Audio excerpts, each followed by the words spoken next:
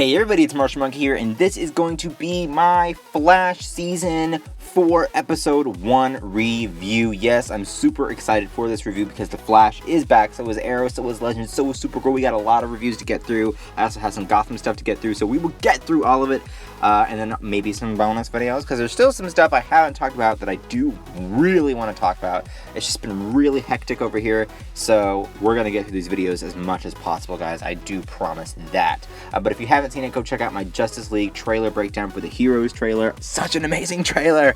But let's get into this review of The Flash, because guys, hold up. This is probably one of my favorite premieres. I do think this episode had tons of problems that I would have fixed if I was writing this episode, but it was one of my favorite premieres for a DC show, just because it really gives you that feel of like, this is a comic book show.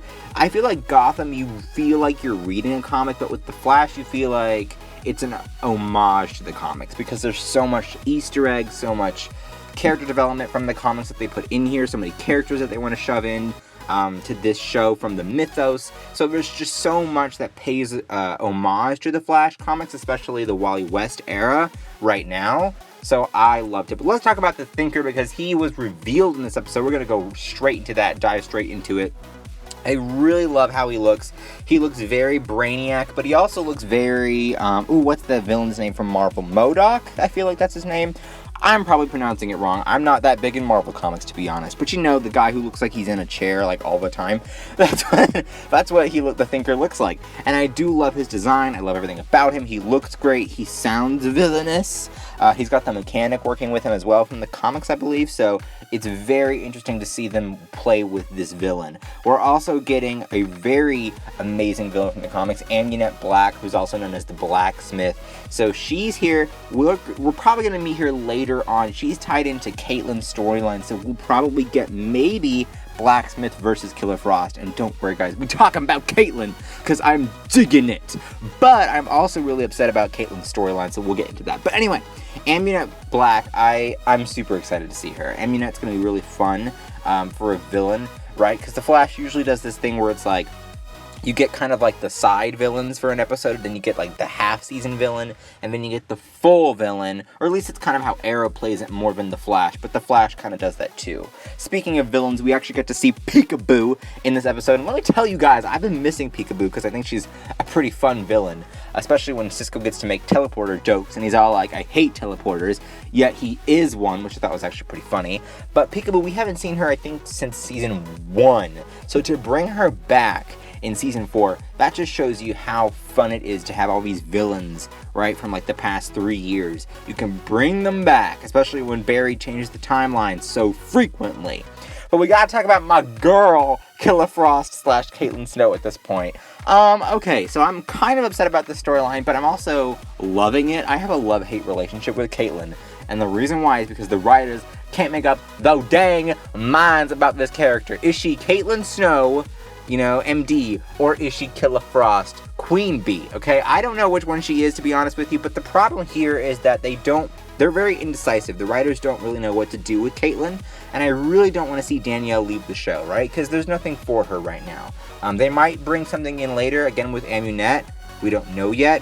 Hopefully that's what they go for, but I really do think that they're wasting their time about choosing which one, right? Caitlyn or Killer Frost. And I do feel like Caitlyn's the more logical choice, because that gives Danielle more scenes, more acting chops like that she can pull off, right? She's very good at playing a doctor. I feel like her as Killer Frost is good, but she never gets that much time, right? They never give her enough time to really show off her Killer Frost. At least they did kind of last season, but it just still wasn't enough, right? So we'll see how that turns out. But time for the Easter eggs. I loved what they do with the Samuroid in this episode. This kind of resembles the Wally West Japan storyline, where Wally goes to Japan. So you can take that as like an Easter egg, especially because Wally was speaking Japanese in this episode. I thought that was amazing. It was probably one of my favorite parts because it was just so cool seeing Keenan Lonsdale speak Japanese.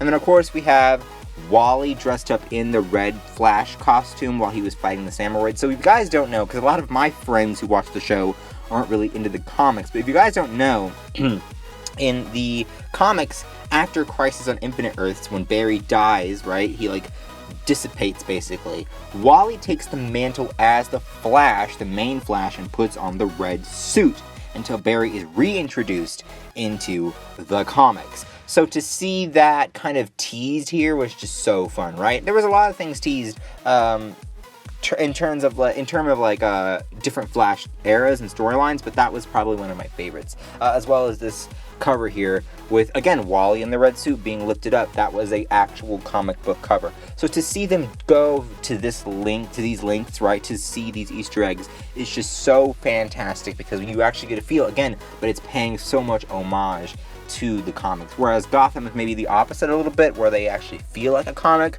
but the Flash is very homage with how they write, how they organize things, how they put in their Easter eggs. It's very clean and precise, and I love it. I also love how they kind of tease with Barry talking about the diapers when he was still in his kind of mental state. That's a tease to the Tornado Twins, which is Barry and Iris's children. Wally also has children with Linda Park, who we met earlier in the series, and they have twins as well. So the Flash twins are kind of like, it's a whole thing that we're probably going to get into maybe season 6, probably somewhere in there, where Barry and Iris actually have kids or are expecting kids, right?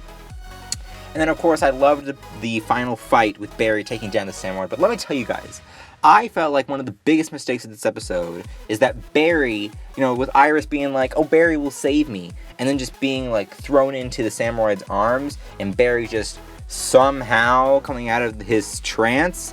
I thought that was too rushed. I thought it wasn't well written. I thought that this episode probably should have been stretched out to a 2-episode premiere, if you ask me, just because there was so much to get through, right? With just acknowledging the fact that Vibe and Kid Flash were like holding it up while Barry was gone, right? With Caitlin and Emunette, with Barry and his mental state, with Cecile and Joe. We didn't really talk about them that much, but still, there was a lot going on in this episode. I felt like they didn't really take their time to get us back into the groove of the show, and that makes me kind of upset. But other than that, I did like the episode. There's so many Easter eggs, again, so much homage, and there's so much to look forward to. So what did you guys think? Comment down below, and I will see you guys later. Bye-bye.